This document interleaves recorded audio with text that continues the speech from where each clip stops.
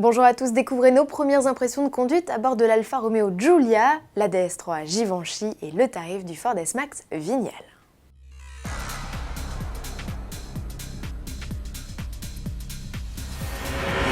La gamme Alfa Romeo n'est plus la même depuis ce 6 mai 2016, la Giulia a débarqué au catalogue. Et quelle révolution!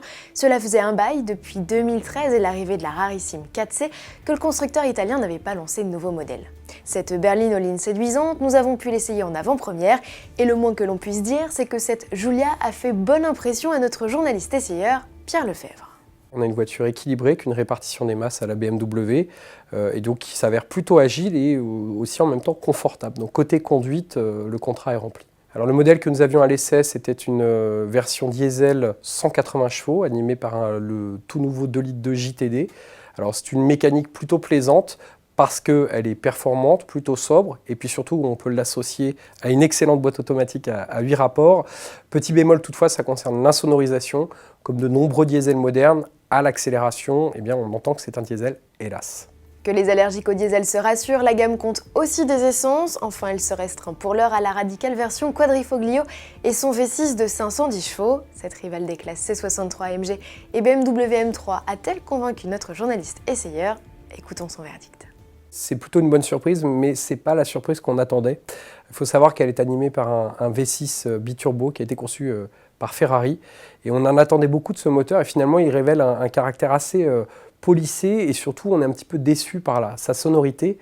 Néanmoins, il y a plusieurs bonnes surprises au volant de cette voiture. La première, c'est d'avoir choisi de conserver une transmission mécanique. Et puis l'autre bonne surprise, c'est qu'évidemment, la voiture étant une propulsion, on se retrouve avec une sportive de caractère. Elle est loin d'être parfaite, mais à bien des égards, elle a un côté attachant.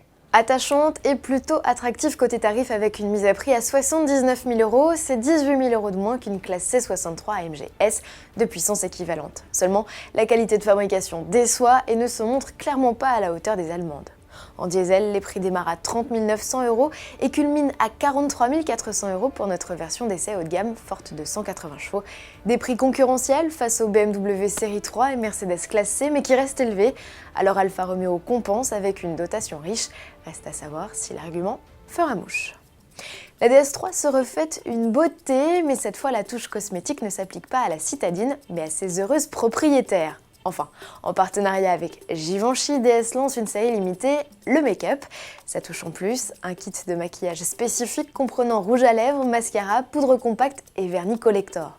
Côté look, la citadine profite de quelques éléments de déco spécifiques et de sièges en cuir, mais un peu limite pour justifier l'écart de prix de 5 000 € avec la version classique. Tarif à partir de 25 200 € en essence et 26 400 € en diesel. Comptez 2 500 € de plus pour profiter de la citadine cheveux au vent.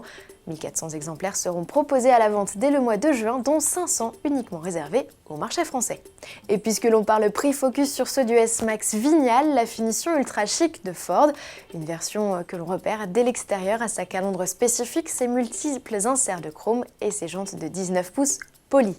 Siège cuir matelassé et système audio haut de gamme complètent la panoplie d'équipements. Côté motorisation, 5 blocs sont au catalogue, un essence de 240 chevaux proposé à partir de 48 400 € avec sa boîte auto et 3 diesels de 150, 180 ou 210 chevaux, mis à prix 46 000 € avec la boîte à double embrayage PowerShift, une finition qui peut se révéler jusqu'à 7 000 € plus cher que la version Titanium. Le service en moins, en achetant une Vignale, en effet, Ford propose des services exclusifs à destination de ses clients, qu'il s'agisse de l'entretien ou d'accès en VIP à des événements spécifiques. À demain.